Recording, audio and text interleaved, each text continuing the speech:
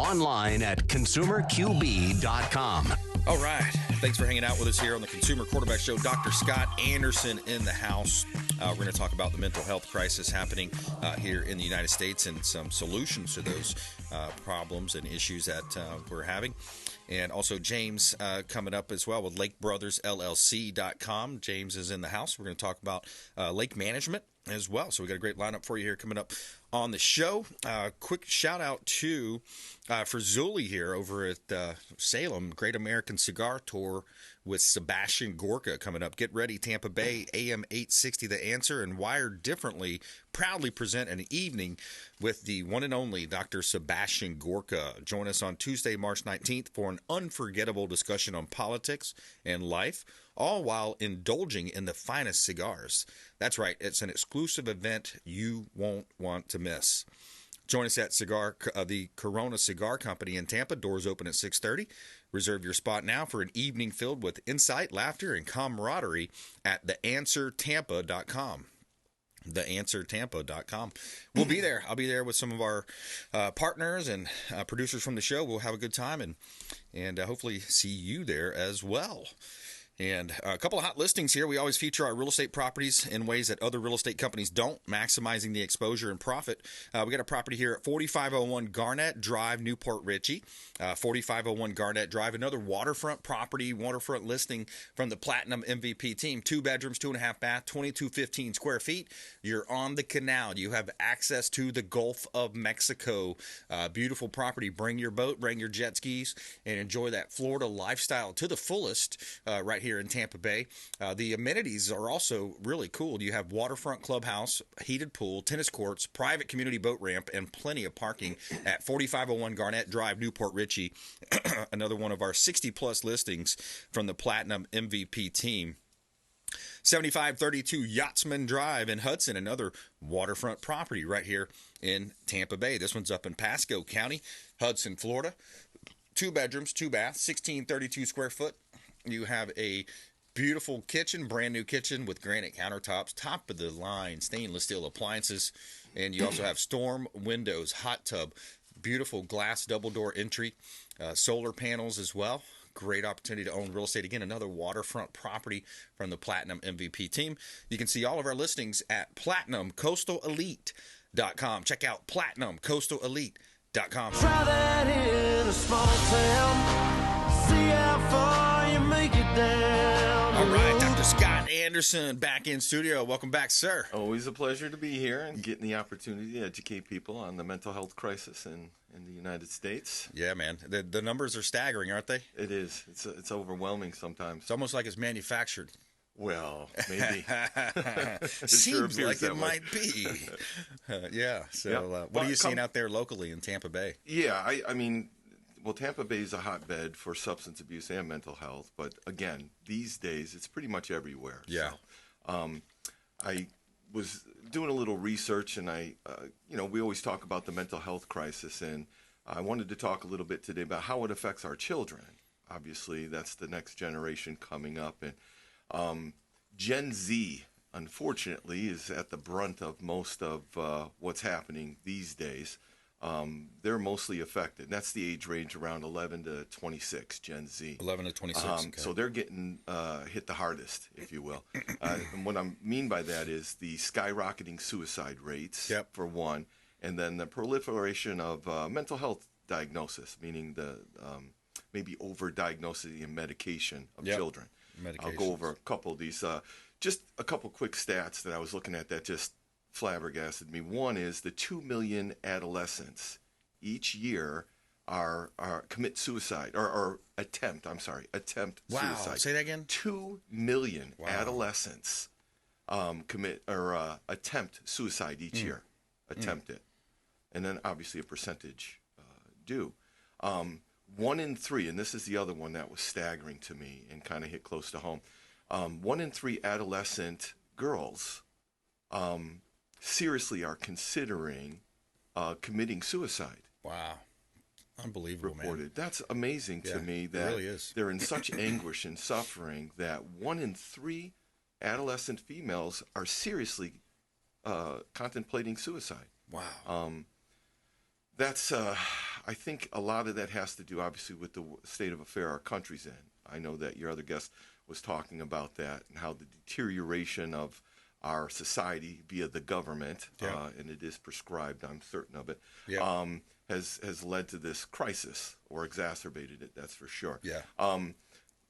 You know, I talked about the proliferation of mental health diagnosis.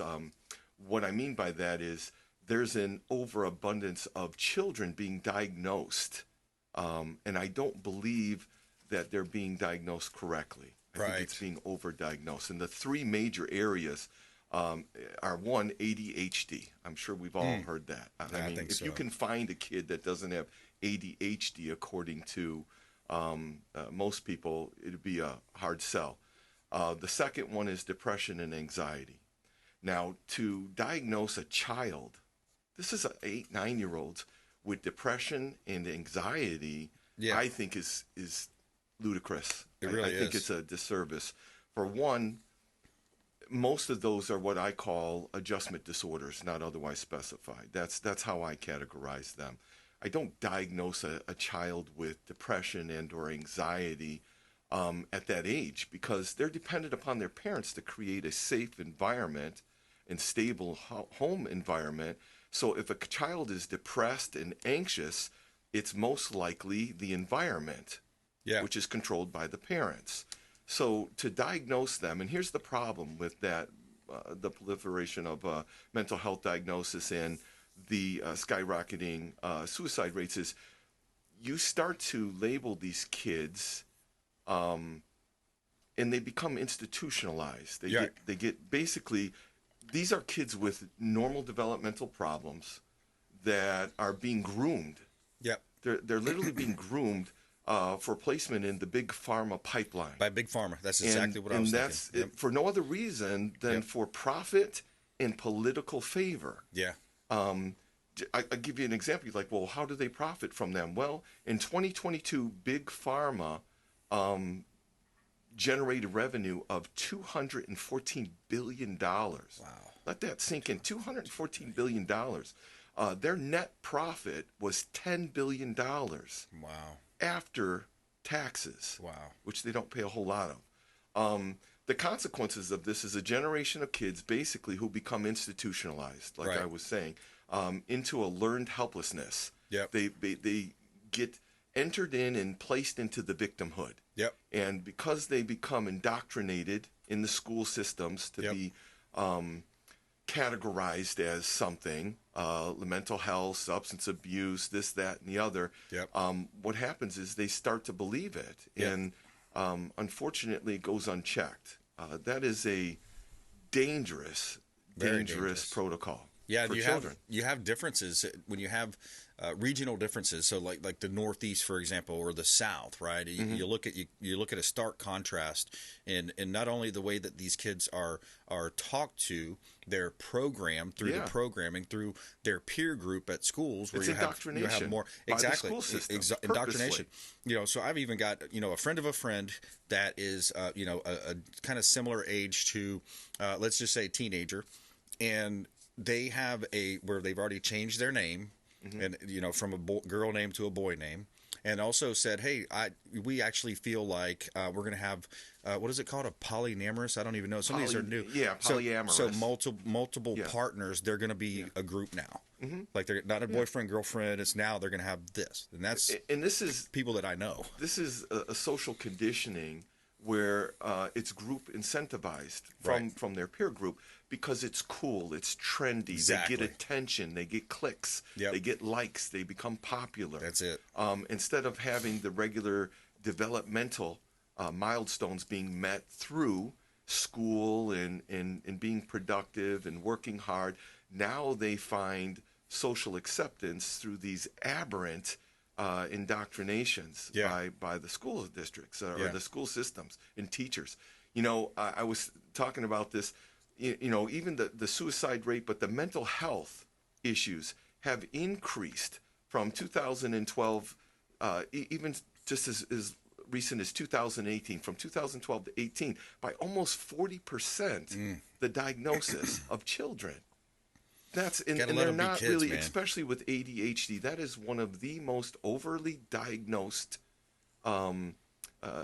disorders that they do. And unfortunately, here's how they treat it with Ritalin, which is essentially cocaine. Yeah. And then later on in adolescence and even young adults with Adderall, which Yep. is essentially methamphetamine. Wow. There's some differences in terms of the time release in the pills, but for the most part, it's basically like giving a child cocaine and then and graduating them to methamphetamine in a developing brain. Yeah. How's that okay? You know how dangerous that is? Yeah. It's unbelievable that's protocols. Yeah, it really is. It reminds me, I'm thinking of an old country song here, the country boy in me coming out. It's Luke Bryan. He's got a song, and it's talking about kind of, this type of thing, but it's talking about, he says, turn off the screen, go climb a tree, get dirt on your hands. Yeah. Let the kids be kids, man. Go outside and play. And that speaks to what's causing the issue.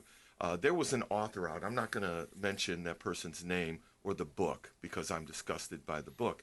Yeah. This person's exploiting the mental health crisis in children to sell a book out of greed and what have you. So basically the book says that therapists, it's not the children that have mental health issues that aren't suffering. It's literally the therapeutic, the mental health professionals, the mental health experts that are propagating the mental illness in children, which is obviously idiotic and ludicrous. And again, it's just gaslighting to an already horrible situation to sell books. Right. The truth of the matter is it's the home environment that's causing the fatherless homes, the breakdown in the system of schooling and community and connection with other people and the use of social media. That's what's disenfranchising and causing the mental illnesses in children. Yeah. Not the therapy. There was I looked into it because I was like, wow, I better have something to counter that. And I looked into a meta-analysis. I don't know if you know what that is. It's basically a combination of it's an analysis of a combination of multiple studies. In this case, there was 108 well-designed outcome-based studies between 14 and 18-year-old children or participants across various outcome measures. And basically what was concluded of this meta-analysis was that children that received therapy or treatment, 80% responded with a better adjusted or resolved symptomology and or conflict. So 80% responded incredibly well and adjusted and fixed the problem. So 20% didn't, and that may be because of the family environment, most likely, that they have to go back into. Yeah. So to say that therapy isn't life-saving, isn't necessary, is idiotic. Yeah. So for that author, I enjoy your money, and I can't imagine all the people that you're going to harm from that. Here's a clip that plays in perfectly with what we're talking about, and it kind of goes in what I was talking with Thomas as well about the censorship online, but in the lack thereof censorship. Here, this is about Instagram and some of the stuff that they're letting the mothers put on. I'm going to play the clip. A new report finds that Instagram has knowingly allowed parents to peddle sexualized images of their children via subscription features. States are now demanding answers from Instagram's owner, Meta. So the Journal's story focused on how pedophiles were able to search explicit hashtags that would connect them to accounts that sell illegal pornographic material off of the platform. The New York Times investigation is related to that, but it is somewhat different. So what they found is that parents, mostly moms, have been running accounts on behalf of their children. So the parents are running the accounts on behalf of the kids. And these are I hate to call them parents, these are caretakers that are not stable themselves. They have their own mental health issues, and they're trying to raise children. Yep. And they're, again, addicted to the cell phone and the social media. And in order to exploit your own child sexually so that you can benefit monetarily is absolutely abhorrent. And again, it's very common. You can go on Instagram, and they are literally, half of the posts are child pornography. Yeah. And inappropriate. Well, who's holding the camera? It's mom and dad most of the time. or they're dancing with them and sexually exploiting their children. It has to stop. It's epidemic, and there's no consequences for them. And unfortunately, they're getting monetized and incentivized, so they're not stopping. And it really does. It's horrible. Dr. Scott Anderson, how do you want people to connect? And then also you have your practice so people can come sit with you. You have consultations. Right. You can connect on, it's arcoftampabay.com, arcoftampabay.com. It's Addiction Recovery Care of Tampa. It's easy to Google, I'll pop up. But basically, it's an intensive and outpatient treatment facility for substance abuse and mental health for the last 22 years. We're located on the corner of Fletcher and Nebraska. We do all kinds of services there, from outpatient, which is the treatment get better part of addiction and mental health. But in particular, addiction, you would go to detox or residential program for 30 days, get physically stable and chemically stable, and then you would come into the outpatient. That's where you get better. That's where you learn the origins of the disorder, what happened, why, what to do about it, get the support. And that's the getting better, the healing part. And then the aftercare would be the support while you build time of a healthy lifestyle. But we do mental health there, which is obviously runs hand in hand with substance abuse. But we also do DUIs. So if you've had a DUI in Hillsborough County, Pasco, or any state, we do the program requirements for the DUIs and probation. So those are other services, plus drug screening, et cetera, et cetera. The website one more time? It's arcoftampabay.com. arcoftampabay.com. Check him out online. Also, you heard about his golf tournament, sharethelovecharities.org as well. Still have that organization out there as well. Dr. Scott Anderson, thank you so much. Appreciate it. Appreciate it. Love it. Thank you. My pleasure. All right, coming up, we're going to talk with James Rome from Lake Brothers LLC. Talk about lake management and what he's doing in that place, working with private homeowners, HOA, CDDs, golf courses, and more coming up here on the Consumer Quarterback Show, consumerqb.com. Hey, I'm Ken Shamrock, and you're here with Consumer Quarterback.